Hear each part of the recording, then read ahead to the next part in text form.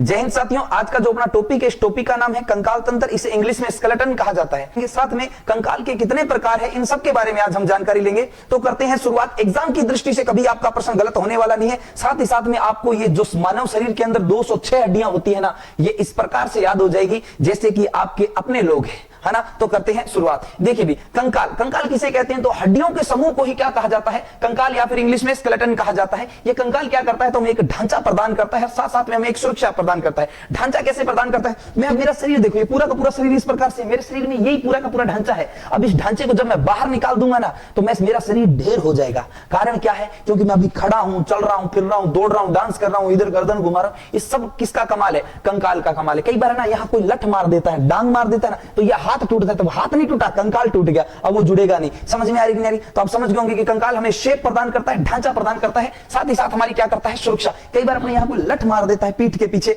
तो क्या होता है? तो यहाँ पे कंकाल है, ये कंकाल क्या करता है? तो जो अंदर यहाँ फेफड़ा है, डायफ्राम है, उन सबको चोट से बचा लेता है। किसी को कोई दिक्कत नहीं ना। तो बढ़ते हैं आगे।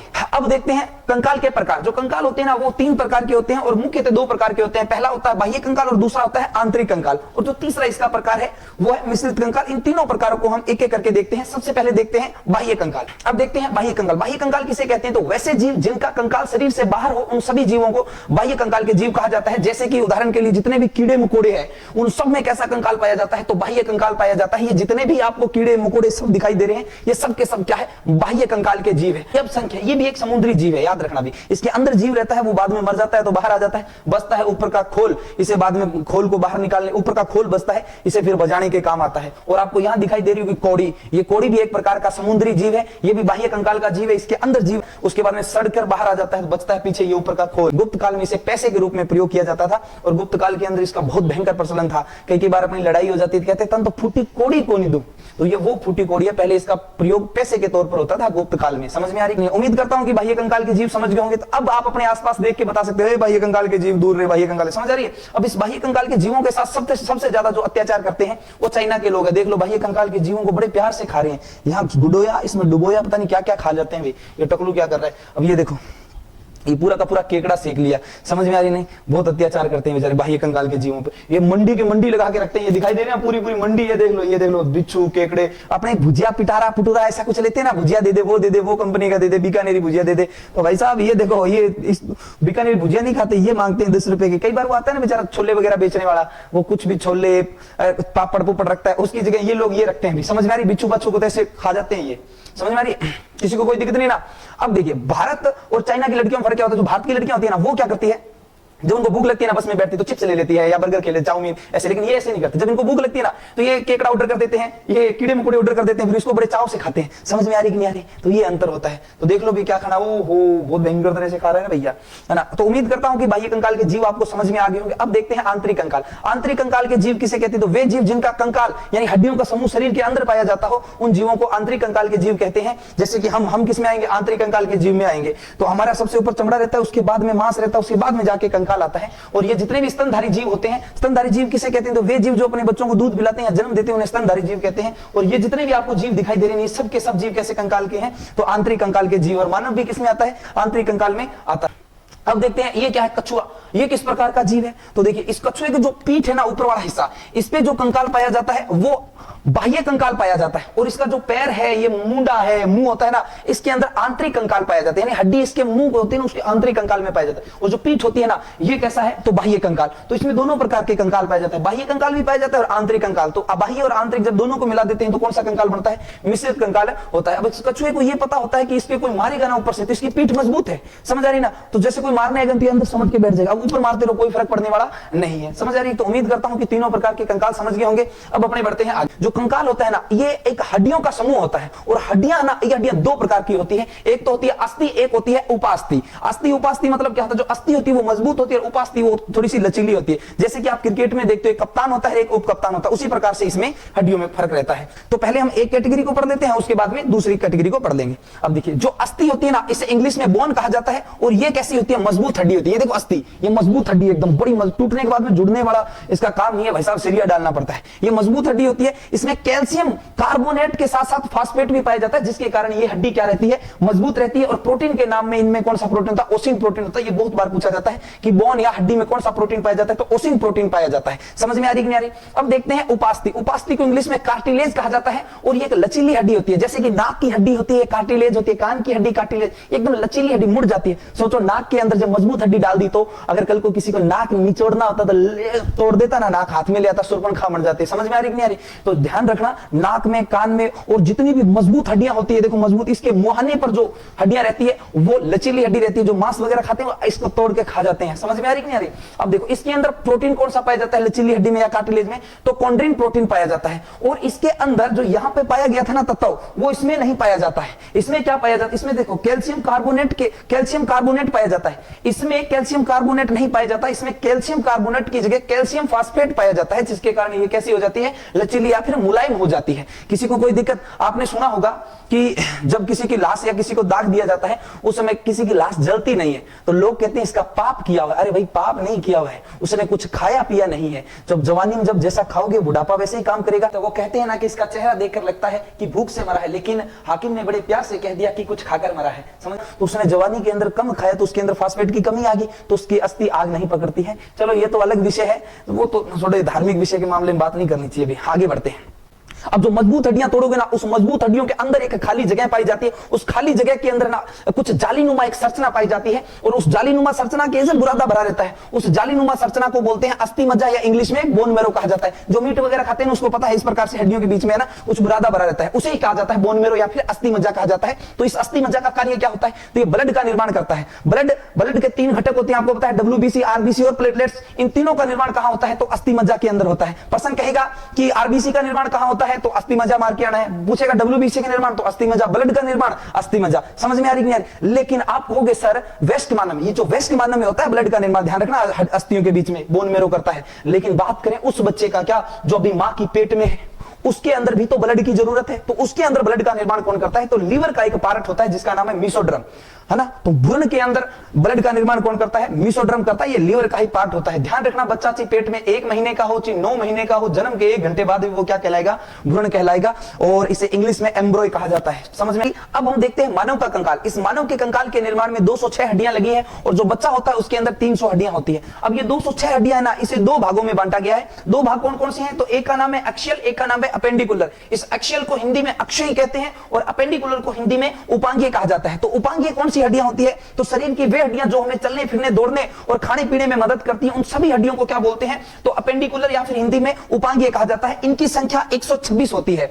और अक्षय या फिर एक्सियल कौन सी हड्डियां होती है, तो शरीर की वे हड्डियां जो हमारे नाजुक अंग जैसे फेफड़ा है, दिल है, इन सबकी जो रक्षा करती है, जैसे ऊपर मारते हैं इस प्रकार से, तो इसकी रक्षा कौन करती है, तो ये ऊपर की रिब्स वगैरह। तो ये सब हड्डियां जो ये हड्डियों का एक समूह दिखाई दे रहा है ना, इसे क्या बोलते हैं, तो एक्सियल कहा जाता है। इसे हिंदी में अक्षय कहा जाता है। इसकी संख्या कितनी होती है, तो 80 होती है। इन दोनों को जब जोड़ दोगे तो कितनी संख्या हो जाएगी, 206। तो हम क्या करेंगे, पहले इसको उठा लेते हैं, अक्षय को। क्यों उठाएंगे, क्योंकि इसकी संख्या ज्यादा है। इसे पहले याद कर लेते हैं, उसके बाद में हम किसे याद करेंगे, अक्षय को याद करेंगे। तो देखिए अब हम कौन सी हड्डियां पढ़ेंगे, तो उपांगीय हड्डियां पढ़ेंगे। उपांगीय में हाथ पैर और कमर की हड्डी और ये ऊपर हंसली और ये जो पीछे वाला स्कैपुला ये आता है। तो हम सबसे पहले क्या पढ़ेंगे, हाथ पढ़ेंगे। एक हाथ पढ़ लेंगे, उसके बाद में दूसरे हाथ के साथ उसका क्या कर देंगे, गुणा कर देंगे। देखिए सबसे पहले हम उठाते हैं एक हाथ को, तो हाथ ये पूरा का पूरा हाथ है। अब हाथ की हड्डियां देखते हैं, ध्यान से देखना, आपको याद हो जाएगा। एक हाथ में हड्डियों की संख्या होती है 30 और दूसरे हाथ में हड्डियों की संख्या कितनी, 30 और 30 60। दोनों हाथों में हड्डियों की संख्या कितनी होती है, 60। तो हम एक हाथ पढ़ लेते हैं, तो इसका इसके साथ क्या कर देंगे, गुणा कर देंगे। तो देखते हैं, देखिए यहां पे बाजू के अंदर हड्डियों की संख्या 1 रहती है और बाजू के नीचे आती है अकोनी। अकोनी के नीचे हड्डियों की संख्या 2 रहती है।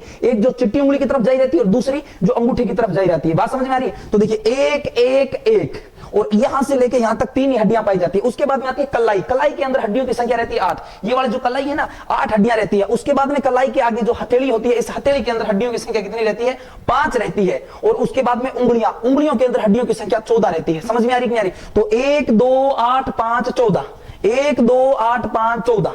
समझ में आ रही है? अब अपने क्या करते हैं, एक एक का नाम याद कर लेते हैं और हड्डियां 5 मिनट में हाथ की हड्डियां याद हो जाएगी। तो मेरे साथ बने रहना, आपको कंप्लीट हड्डियां याद हो जाएगी। देखिए यहां जो हड्डी पाई जाती है इसे ह्यूमरस कहा जाता है। क्या कहा जाता है? ह्यूमरस। ह्यूमरस के बाद में जो ये अकुनी के नीचे जो 2 हड्डियां आती है, एक हड्डी जो कहां जाती है, अंगूठे की तरफ जाती है, इस हड्डी को बोलते हैं रेडियस। क्या कहा जाता है? रेडियस। और एक हड्डी जो चिट्टी उंगली की तरफ जाती है, कि जो छोटी उंगली होती है इसकी तरफ, इसे बोलते हैं एल्ना। क्या बोलते हैं? एल्ना। तो यहां तक याद करो पहले, ह्यूमरस रेडियस एल्ना, ह्यूमरस रेडियस एल्ना। याद हो गया कि नहीं होगा? जो विद्यार्थी मेरी ऑफलाइन क्लास लगाते हैं उसको याद हो जाता है। समझ में आ रही नहीं? तो ह्यूमरस रेडियस एल्ना। उसके बाद में कलाई। इस कलाई के अंदर 8 हड्डियां पाई जाती है। यहां पे देखिए कलाई के अंदर 8, इस 8 हड्डियों के समूह को कार्पल कहा जाता है। क्या बोलते हैं? कार्पल। तो एक बार फिर से बोलो, ह्यूमरस रेडियस एल्ना कार्पल। याद हो गया ना? कार्पल। कैसे कलाई, कैसे कार्पल। कलाई के जस्ट आगे आती है हथेली। समझ में आ रही नहीं आ रही? और जो साइंस होती है उसमें मेटा का मतलब होता है आगे, मेटा का मतलब आगे, कार्पल का मतलब कलाई। तो अगली कलाई, समझ में आ रही? अगली कलाई में हड्डियों की संख्या 5। ये वाली होती है ना, ये वाली अगली कलाई, इसके अंदर हड्डियों की संख्या 5। समझ में आ रही नहीं आ रही? तो एक बार फिर से बोलो, humerus radius ulna carpal metacarpal. अब देखिए, अब उंगलियों को बोलते हैं फिंगर, और फिंगर से याद रखना फ्लेंजिस। तो फ्लेंजिस की संख्या कितनी है? 14। तो एक बार पूरी की पूरी हड्डियां बोलिए, humerus radius ulna carpal metacarpal phalanges. ये जो उंगलियां होती है ना, इनकी संख्या कितनी होती है? 14 होती है। उंगलियों के अंदर हड्डियों की संख्या 14 होती है। उंगलियों की संख्या तो ध्यान रखना 5 ही होती है एक हाथ में, और इसके अंदर हड्डियां पाई जाती है ना, उसकी संख्या कितनी होती है? 14। एक उंगली के अंदर 3 हड्डियां लगी है, अंगूठे के अंदर 2 हड्डियां होती है। ध्यान रखना। बात समझ आ रही है? तो उम्मीद करता हूं कि ये हाथ की हड्डियां आपको याद होगी। एक बार फिर से मेरे साथ बोलिए, humerus radius ulna carpal metacarpal phalanges. बात समझ में आ रही है नहीं आ रही? एक हाथ में 30 हड्डियां, दूसरे में 30, 30 और 30 60। समझ में आ रही है नहीं आ रही? अब देखते हैं, देखिए ये जो हाथ है ना, ये हाथ और पैर दोनों लिंप होते हैं। तो हाथ अपर लिंप थे तो हमने ऊपर लिंप याद कर लिया। अब देखते हैं लवर लिंप, यानी पैरों को क्या बोलते हैं? Lover limp. तो अब पहले हम 2 पैर है तो हम एक पैर को यहां रख के पढ़ लेते हैं, उसके बाद में इसका दूसरे के साथ क्या कर देंगे? गुणा कर देंगे। देखिए एक पैर के अंदर जो हड्डियों की संख्या होती है वो 30 होती है, और दूसरे में भी कितनी होगी? 30 होगी। समझ में आ रही नहीं आ रही? 30 और 30 60। तो दोनों पैरों में हड्डियों की संख्या कितनी होती है? 60। अब हम देखते हैं पैर की हड्डियां, एक पैर की हड्डियां देख लेते हैं। तो देखिए पैर के अंदर जो यहां पे जो सबसे ये हड्डी पाई जाती है, जिसे जांघ की हड्डी बोलते हैं, या फीमर बोलते हैं, या उरु, इस हड्डी की संख्या एक पैर में एक ही रहती है। और ये एक ऐसी हड्डी होती है जो अंदर से खोखली होती है। ये शरीर की सबसे लंबी हड्डी होती है। क्लास दूसरी में बता देते हैं कि शरीर की सबसे लंबी हड्डी कौन सी होती है? तो फीमर होती है। ये अंदर से खोखली होती है ताकि चलने फिरने में मदद हो सके। जितने भी पक्षी है उन सब की हड्डियां अंदर से, सबकी सब हड्डियां खोखली होती है। ये बात याद रखना, ताकि उड़ने में उनको क्या उसके आसानी हो सके। बात समझ में आ रही है? तो ये फीमर, इसे एग्जाम में पूछते हैं, उरु नामक हड्डी कहां पाई जाती है? तो पैर में पाई जाती है। तो फीमर, फीमर की संख्या कितनी है? 1। समझ में आ रही है? इस फीमर के जैसे आप नीचे आओगे तो घुटना, गोडो बोला जाएगा, गोडो, गोडो तोड़ दूंगा। इस गोडे के अंदर भी एक हड्डी पाई जाती है। आप देखोगे गोडे को ढाकनी, ढाकनी एकदम घूमती रहती है ऊपर ऊपर, गोडे की ढाकनी, वहां पे वो हड्डी है, ढाकनी नहीं हड्डी। तो उसकी संख्या कितनी है? 1 है। समझ में आ रही नहीं आ रही? नाम बाद में देखेंगे, पहले अपनी संख्या देख लेते। तो एक गोडे में, घुटने में 1, और उसके घुटने के नीचे 2, घुटने के नीचे जो पिंडी आती है, पिंडी के अंदर हड्डियों की संख्या 2 रहती है। एक जो चिट्टी उंगली की तरफ जाती है और एक जो अंगूठे की तरफ जाती है। तो ध्यान रखना, पिंडी के अंदर कितनी? 2, घुटने के अंदर कितनी है? 1, और घुटने से ऊपर 1। उसके बाद में आते हैं गिट्टे। गिट्टे को ना हिंदी में बोलते हैं, ये जो गिट्टे होते हैं इसको हिंदी में टखना बोलते हैं, टखना। तो टखने के अंदर हड्डियों की संख्या 7 रहती है। टखने में जो टखना होता है इसमें हड्डियों की संख्या कितनी रहती है? 7 रहती है। और टखनों के जस्ट आगे जो पैर की जो हथेली होती है ना, इसके अंदर हड्डियों की संख्या कितनी रहती है? 5 रहती है। और फिर जो उंगलियां आती है, जितनी हाथ की उंगलियां होती है उतनी क्या होती है? पैर की उंगलियां होती है। दोनों की सेम संरचना रहती है, हाथ और पैर की। तो पैर में भी कितनी उंगलियां होती है? 14 होती है एक पैर में, दूसरे पैर में भी 14 होती है। समझ में आ रही है? अब हम नाम याद करते हैं। तो ये जो हड्डी आपको दिखाई देगी एकदम बड़ी, सबसे शरीर की सबसे लंबी हड्डी, फीमर। फीमर के जस्ट नीचे आता है गोडा। गोडा मतलब इसे हिंदी में घुटना बोलते हैं। तो घुटना की जो हड्डी होती है इसे पटेला कहा जाता है। क्या बोलते हैं? पटेला। अंदर पटक के गोडा के नीचे मार दूंगा, याद करने का ये तरीका है। उसके बाद में घुटने के जस्ट नीचे 2 हड्डियां आती है, एक जो अंगूठे की तरफ जाती है और दूसरी जो चिट्टी उंगली की तरफ जाती है। जो अंगूठे की तरफ जाती है ना, इस हड्डी को बोलते हैं टीबिया। क्या बोलते हैं? टीबिया। और ये सबसे चमकीली हड्डी होती है, टीबिया। और इसके जस्ट स्पोर्ट के लिए एक छोटी सी हड्डी लगी रहती है जिसे बोलते हैं फिबुला। तो एक बार यहां तक याद करते हैं। तो femur, patella, fibula, tibia. Femur, patella, fibula, tibia. Femur, patella, fibula, tibia. Femur, patella, fibula, tibia. याद होगी होगी। उसके जस्ट नीचे आता है टखना। टखना यानी जिसको अपने गिट्टे बोलते हैं। गिट्टे, गिट्टे के अंदर जो हड्डियों की संख्या रहती है वो 7 रहती है। अब देखो यहां कलाई के अंदर 8 थी, लेकिन टखने के अंदर जो हड्डियों की संख्या वो 7 है। एक हड्डी कहां गई? तो एक हड्डी गोडे में खर्च होगी, यानी घुटने में खर्च होगी। समझ में आ रही नहीं आ रही? तो एक बार फिर से बोलते हैं, ये जो टखना है ना, टखना, इसकी हड्डी को टार्सल कहा जाता है। जो ये 7 हड्डियों का समूह, इसे टार्सल। टखने के जस्ट आगे अगला टखना, इसे बोलते हैं मेटाटार्सल। फिर उंगलियों को तो फ्लेंजिस बोलते हैं। तो एक बार पूरे के पूरे याद करिए, पूरा फ्री देखो, मेटाटार्सल, उसके बाद में फ्लेंजिस। तो देखिए भी, femur, patella, fibula, tibia, tarsal, metatarsal, phalanges. Femur, patella, fibula, tibia, tarsal, metatarsal, phalanges. अब देखो बहुत सारे बच्चे कंफ्यूज हो जाएंगे, सर कार्पल और टार्सल कैसे याद रखें? तो याद रखना कैसे कलाई कैसे कार्पल। हम कै कबूतर में पहले कै पढ़ते हैं तो पहले कलाई पढ़ी थी, उसके बाद में हमने टखना पढ़ा तो टार्सल। किसी को कोई दिक्कत? याद करने के बहुत सारे तरीके, आप अपना भी तरीका अपना सकते हो। तो ये पूरी की पूरी लिखी हुई आप स्क्रीनशॉट लेके और एक डायग्राम भी बना सकते हो। बात समझ आ रही है? तो उम्मीद करता हूं हाथ और पैर की हड्डियां पढ़ ली हमने। उपांगियों की संख्या बताई थी 126। अब 126 में से हमने कितनी हड्डियां पढ़ ली? 120। 120 कौन सी? तो 60 हाथ की और 60 पैर की। 60 और 60 कितनी होगी? 120। बची 6 हड्डियां। तो 6 हड्डियों में से, अब देखो 6 हड्डियों में से जो 2 हड्डियां पाई जाती है वो कमर में पाई जाती है। ये वाली जो 2 हड्डियां हैं ये कमर में पाई जाती है। देखिए पूरा पूरा इस कमर की हड्डियों को बोलते हैं पेल्विक। पेल्विक एक तो इस तरफ टांग जुड़ी रहती है, एक ये वाली टांग जुड़ी रहती है। दोनों को 2 टांगे है ना अपनी, तो दोनों एक इस वाली तरफ से एक इस वाली तरफ, इससे क्या बोला जाता है? पेल्विक। इसकी संख्या कितनी है? 2। इसे हिंदी में सोंड मेखला कहा जाता है, याद रखना। बात समझ आ रही है? तो कितनी हड्डियां पढ़नी थी? 6। 6 में से 2 और घटा दो, बची कितनी? 4। समझ में आ रही है? तो एक बार फिर से मेरे साथ सभी हड्डियां बोलो। Humerus, radius, ulna, carpal, metacarpal, phalanges, femur, patella, fibula, tibia, tarsal, metatarsal. अब कमर की जो हड्डी होती है इसको बोलते हैं पेल्विक, यानी पैरों की ओर है तो पेल्विक। ये महिलाओं में चौड़ी पाई जाती है, पुरुषों में पतली रहती है पेल्विक। अब देखते हैं कि 2 हड्डियां यहां पाई जाती है, एक इस तरफ से, इसे बोलते हैं कैल्विकल। लेकिन आपको कैल्विक याद रखना ताकि याद हो जाए। तो यहाँ पे हड्डियों की संख्या 2। इसे ना हिंदी में हंसली भी बोलते हैं, कई बार कहते हैं ना हंसली गिरती। यहाँ पे एकदम हड्डी रहती है, देखो ये इस प्रकार की जो हड्डी रहती है इसे हंसली कहते हैं। ये शरीर की सबसे कमजोर हड्डी होती है और शरीर की सबसे सुंदर हड्डी भी इसे ही कहा जाता है। समझ में आ रही है? तो इसकी संख्या कितनी होती है? 2 होती है। तो पैरों के अंदर पेल्विक, कैल्विक, पेल्विक, कैल्विक, पेल्विक, कैल्विक, याद हो जाएगा। तो इसकी भी संख्या 2, इसकी बची 2। अब ये 2 हड्डियां होती हैं, ये पीठ के पीछे, ये देखो आपके यहाँ पे जो कापे से लगे रहते हैं यहाँ पे, इसको क्या बोलते हैं? तो स्कैपुला कहते हैं। इसे हिंदी में अंश मेखला कहा जाता है, याद रखना। इसकी संख्या कितनी रहती है? 2 रहती है। ये भी अपने को पीठ पीछे मारता है तो क्या करती है? मदद करती है, चोट से बचाने में भी मदद करती है। समझ में आ रही है नहीं आ रही? तो एक बार मेरे साथ बोलो, पेल्विक, कैल्विक, स्कैपुला, पेल्विक, कैल्विक, स्कैपुला। याद होगी कितनी हड्डियां? याद होगी 2। 126 की 26 हड्डियां याद होगी। समझ में आ रही है नहीं आ रही? तो उपांगियों की संख्या 126 थी जो हमें एकदम याद होगी। अब हम बढ़ते हैं, जो 80 हड्डियां बची थी उन हड्डियों को अक्षयी हड्डियां कहा जाता है। ये पूरी की पूरी अक्षयी हड्डियां हैं। इस अक्षयी हड्डियों में हमें क्या पढ़ना है? तो याद रखना सिर, छाती और रीढ़, इन तीनों प्रकार की हड्डियों को उठा के पढ़ेंगे तो कौन सी हड्डियां कंप्लीट हो जाएगी? अक्षयी की हड्डियां कंप्लीट हो जाएगी। और इसकी संख्या जो थी वो 80 थी। तो करते हैं शुरुआत। एक्सिस में हम सबसे पहले जो पढ़ने वाले हैं वो है रीढ़ की हड्डी। रीढ़ की जो हड्डी होती है इसके कई नाम होते हैं। इसे रीढ़ की हड्डी बोलते हैं, मेरुदंड बोलते हैं, मेरुदंड बोलते हैं और बैकबोन कहा जाता है। एग्जामिनर यहां आपको फंसाएगा। कैसे फंसाएगा? कहेगा कि मेरुदंड किसकी सहायता करता है? मेरुदंड का मतलब होता है लठ, जो डंडा होता है उसे लठ बोलते हैं। तो मेरुदंड किसकी सहायता करता है? तो याद रखना मेरुदंड मेरुरज्जु की सहायता करता है। मेरुरज्जु को इंग्लिश में स्पाइनल कॉर्ड कहा जाता है, याद रखना। कैसे करता है? तो ये जो रीढ़ की हड्डी होती है ना, ये अंदर से खोखली होती है और इस खोखली के अंदर से ये मेरुरज्जु गया रहता है। जो पूरा का पूरा स्पाइनल कॉर्ड है ना, पूरे शरीर की जानकारी जो तारें होती है वो तारें इस रीढ़ की हड्डी से जाई रहती है। अब जैसे इसके अंदर से ये स्पाइनल कॉर्ड जाएगा तो ये आपको छोटी छोटी तारें दिखाई दे रही है ना, इस प्रकार से हो जाएगी रीढ़ की हड्डी। समझ में आ रही है? तो प्रश्न पूछेगा कि मेरुदंड किसकी सहायता करता है? तो मेरुरज्जु की सहायता करता है। रज्जु का मतलब होता है रस्सी। समझ में आ रही है कि नहीं आ रही? अब हम देखते हैं कि रीढ़ की हड्डी के अंदर हड्डियों की संख्या, जो बच्चा होता है उसमें 33 होती है और वयस्क मानव में हड्डियों की संख्या 26 होती है। अब देखो 26 में से जो ये गर्दन होता है ना, गर्दन, इसके अंदर हड्डियों की संख्या 7 होती है और इन 7 हड्डियों के समूह को सर्वाइकल कहा जाता है, याद रखना। अब इस सर्वाइकल यानी सर्वाइकल को किस कोड, कौन सा कोड दिया जाएगा? तो इसमें जैसे C1 C2 इस प्रकार से कहां तक कोड दिया जाएगा? C7 तक इसको कोड दिया जाएगा। तो पर्सन यही फंसाएगा आपको, कहेगा गर्दन में जो 7 हड्डियां पाई जाती है उनमें जो पहली जो C1 हड्डी है उसका नाम बताइए? तो याद रखना एटलस है। C2 का नाम क्या है? तो एक्सिस है।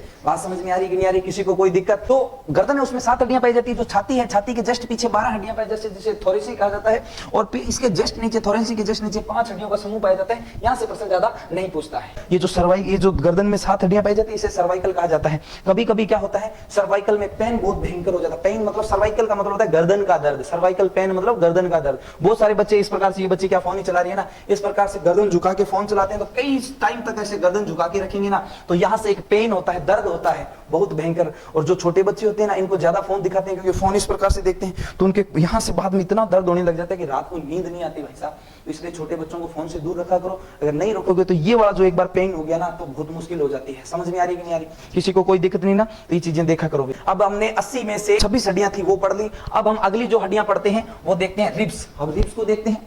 रिब्स के अंदर जो हड्डियों, रिब्स मतलब इसे हिंदी में पसलियां बोलते हैं, याद रखें। और रिब्स की संख्या 24 रहती है, 12 इस तरफ से और 12 पीछे से रीढ़ की हड्डी जोड़ के, और इस प्रकार से 12 इस तरफ से और 12 इस तरफ से। बाद में भगवान ने दिमाग लगाया कि आदमी को गुस्सा आ गया तो फाड़ देगा बीच में से, तब उसने पार्वती को कहा एक काम करिए, जो हड्डी का टुकड़ा पड़ा ये दे। तो भगवान ने क्या किया, इस तरफ से 12 और इस तरफ से 12, इनके बीच में एक हड्डी का टुकड़ा रखा और बेल्ट कर दिया, और उस हड्डी बीच वाले हड्डी के टुकड़े को बोलते हैं स्टर्नम। तो स्टर्नम की संख्या कितनी होती है, 1 होती है।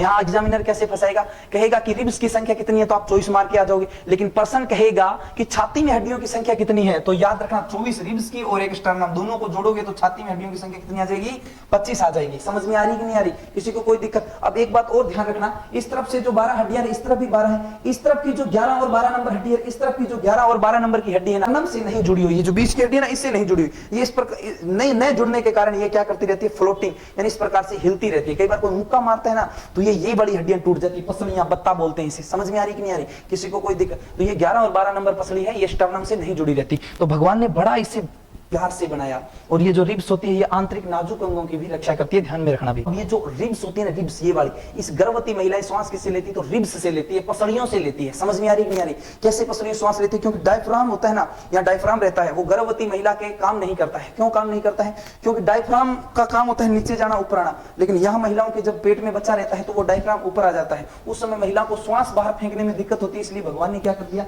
ये 2, 11 और 12 नंबर रिब्स को छोड़ दिया, ताकि ये फ्लोटिंग हो और श्वास को फिर जैसे श्वास लेती है तो फैल जाती है, और जब निःश्वासन श्वास को बाहर छोड़ती है तो ये उसको दबा देती है, फैलती है, दबाती है। तो गर्भवती महिला होती है ना, वो इस प्रकार से यहाँ से पकड़ के चलती है, कहती है दर्द हो रहा है, तो दर्द नहीं हो रहा, वो पसलियां दर्द हो रही है उसकी। क्यों, क्योंकि वो फ्लोटिंग कर रही है। समझ में आ रही कि नहीं आ रही। तो गर्भवती महिला किससे श्वास लेती है, रिब्स से श्वास लेती है, याद रखना, बाहर श्वास फेंक रहे हैं, इसे फ्लोटिंग रिब्स कहा जाता है। ये सबसे ज्यादा जो रिब्स की संख्या होती है वो अजगर वगैरह में होती है, देखो, इसलिए कुछ भी खा लेते हैं, इसमें स्टर्नम नहीं पाया जाता। स्टर्नम पाया जाता तो फट जाता भी। समझ में आ रही कि नहीं आ रही, आगे बढ़ते हैं। अब देखिए, हमने हड्डियां पढ़ी थी कितनी, 80 में से हमने सबसे पहले हड्डियां देखी 26, 80 में से 26 जाएगी, हड्डियों की संख्या बची 54। अब 54 में से हमने छाती के अंदर हड्डियां कितनी पढ़ ली थी, तो 25। जब 54 में से 25 घटा दी तो पीछे बच गई 29। अब 29 हड्डियां किसमें पाई जाती है, सिर में पाई जाती है, याद रखना। 29 हड्डियां सिर में पाई जाती है, लेकिन खोपड़ी में नहीं पाई जाती। सर ये क्या लोचा है, सिर में पाई जाती है, खोपड़ी में। तो 7 वे कौन सी हड्डियां हैं जिसे खोपड़ी में नहीं गिना जाता और सिर में गिना जाता है, बिल्कुल। तो देखिए, एक कान में जो हड्डियों की संख्या होती है, ये कान है, कान के अंदर हड्डियों की संख्या 3 रहती है, और दूसरे कान में 3, तो 3 और 3 6। समझ में आ रही नहीं आ रही। शरीर की सबसे छोटी हड्डी कान में पाई जाती है। कान में जो हड्डियों का 3 समूह होता है, जिसका एक का नाम होता है malleus incus steps, malleus incus steps. और ये जो स्टेप्स हड्डी होती है, ये शरीर की सबसे छोटी हड्डी होती है। समझ में आ रही नहीं आ रही। ये देखिए, मैंने एक हाथ पे इस प्रकार से रख दिया, देखो इतनी छोटी हड्डियां होती है। तो 6 तो ये होगी, और एक हड्डी कौन सी, हायड, जिसे मिणिया बोलते हैं ना, ये हायड। तो ये कितनी हड्डियां होगी, 7 हड्डियां होगी। इन 7 हड्डियों को ध्यान रखना, खोपड़ी में नहीं गिना जाता है, लेकिन सिर में गिना जाता है। समझ में आ रही कि नहीं आ रही। तो कान में 3 हड्डियां बोलो, मेलियस इनकस स्टेप्स, शरीर की सबसे छोटी हड्डी स्टेप्स होती है इसकी,